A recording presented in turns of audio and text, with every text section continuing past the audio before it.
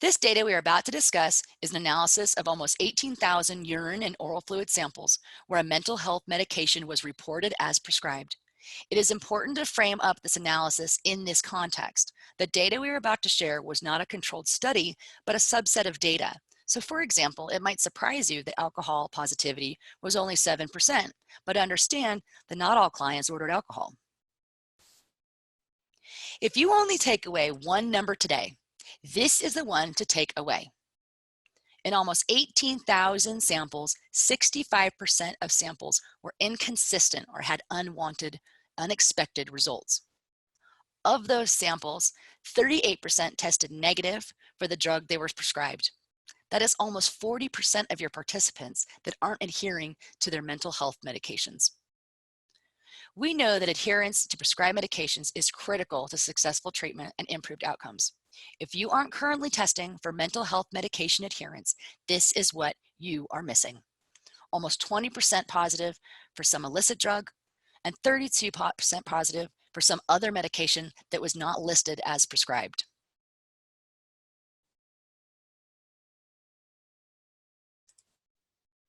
Let's look at these numbers broken down a little. 38% of all samples tested did not contain the medication that was prescribed as noted. These 5 represent the 5 drugs that are negative the most often in our samples. You see here nearly 47% of samples tested that had Abilify noted as a prescribed medication were negative. Sertraline then follows at almost 43%, clonazepam 42%, Seroquel 28%, and finally amphetamines at 25%. In the illicits column, 19% of samples reported positive for some illicit. THC was the leading drug, which probably won't surprise anyone here, followed by methamphetamine, cocaine, and heroin. Finally, are the unexpected medications not reported as prescribed and other substances, which occurred in 32% of samples: alcohol, amphetamine, hydrocodone, gabapentin, and nicotine. These numbers may or may not surprise you, but I wanted to remind you that this is a subset of our data and reflects what was actually ordered by our clients and tested within our labs. This is not meant to be a representation of a total population of mental illness.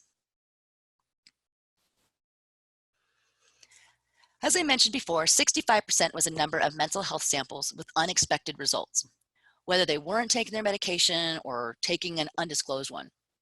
Here's a closer look at the inconsistent rates by drug class.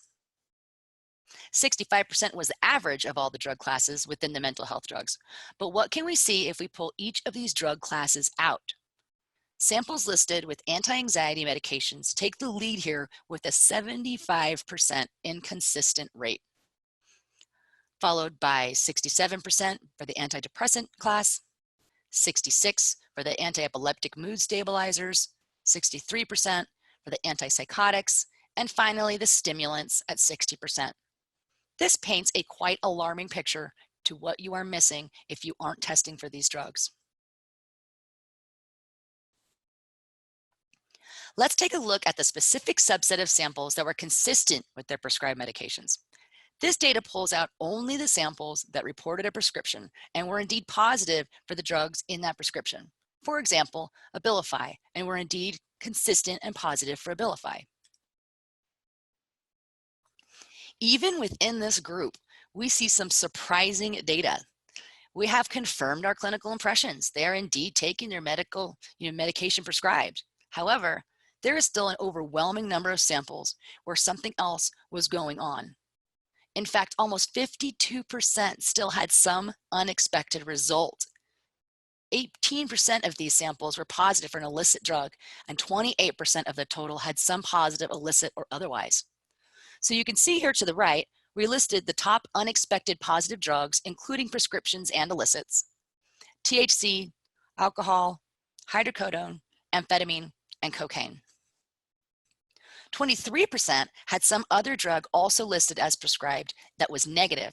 So they perhaps were only consistent with one or of their prescribed drugs and 2 or 3 of the other they were not. What does this tell us? That even if the individual is taking one of their prescribed medications, 52% are still not meeting their program goals based on these drug testing results.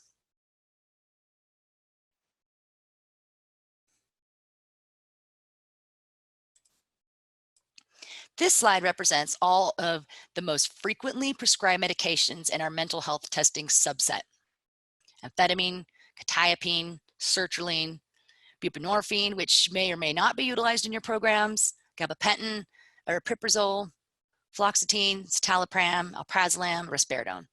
As mentioned, this is not meant to be reflective of a total population of prescribing, but only what we see in our data.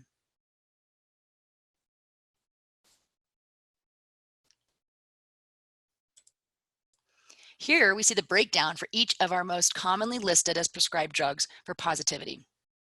But what I really want to point out is the negativity rates in red. The red areas represent samples that were negative for what was expected to have a positive result. So citalopram, for example, of all the samples that noted citalopram, 25% of them were negative. 34% of prescribed alprazolam resulted negative. These last slides give us a very clear picture of what you may be missing if you aren't performing drug testing on these clients. We know medication monitoring allows us to quickly intercede in getting a participant on track. Adherence to their medication goals is critical to their treatment success.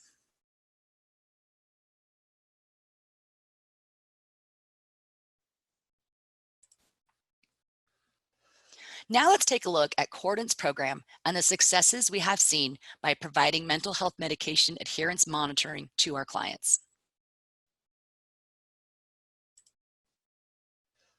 This subset of data includes initial testing when a participant entered Cordant's program.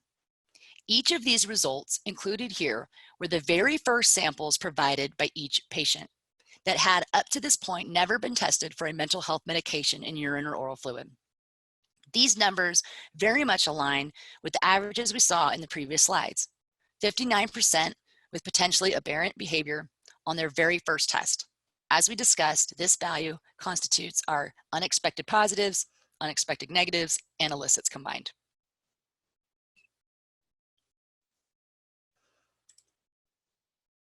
So we tracked these new participants and saw remarkable improvements over time.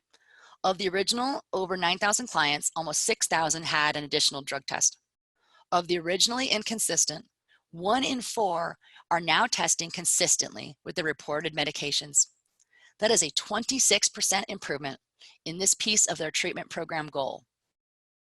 Being able to objectively and rapidly review drug testing results allows providers and case managers to quickly intervene for a crucial conversation, increasing a patient's accountability and improving outcomes.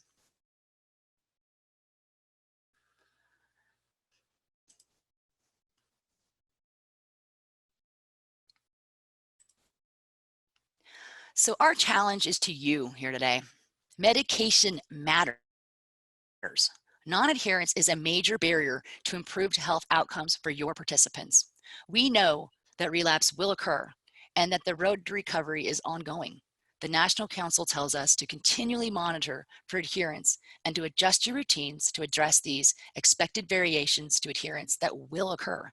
This adherence should be monitored by periodic laboratory testing.